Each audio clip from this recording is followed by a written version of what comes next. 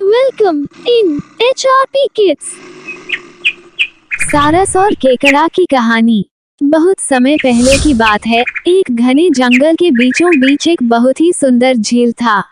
उस झील में बहुत सारी मछलियां और केकड़ा भी रहता था। वो सब बहुत खुशी से मिलजुल कर रहते थे। लेकिन हर रोज उस झील के किनारे एक सारस आकर मछलियां पकड़कर अपना पेट पूजा करता था। जब भी सारस झील किनारे आ पहुंचता तब सारे मछलियों के बीच भागा दौड़ी शुरू हो जाता था। ऐसे दिन बीतता गया। धीरे धीरे सारस बूढ़ा और कमजोर होने लगा। पहले की तरह वह शिकार भी नहीं कर पा रहा था। सारस बहुत दुखी होकर झील किनारे बैठ गया। सारस का ये हाल देखकर झील की मछलियां बहुत खुश हुई।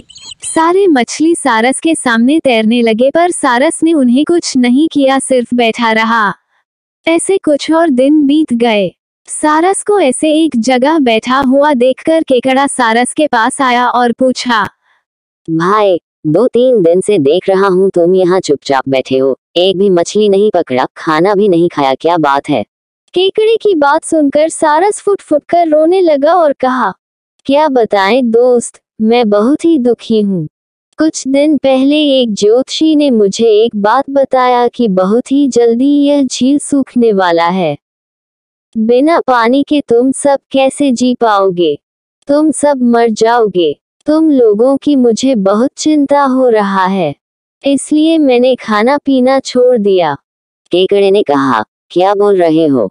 ये तो बहुत गंभीर और चिंता की बात है, मुझे सबको बताना होगा। सारस की बात केकड़े ने झील की सारी मछलियों को बताया।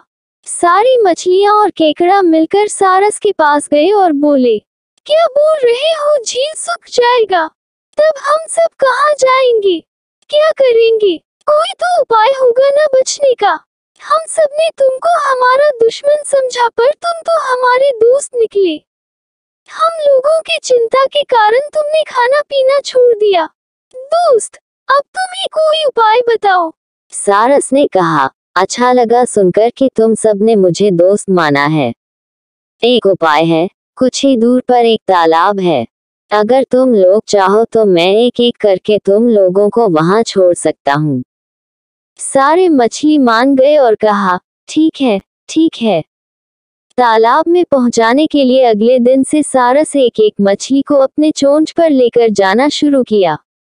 ऐसे कुछ दिन बाद केकड़े की बारी आई। सारस केकड़े को लेकर रवाना हुआ। कुछ दूर जाने के बाद केकड़े ने सारस को पूछा, भाई, ये तालाब और कितना दूर है?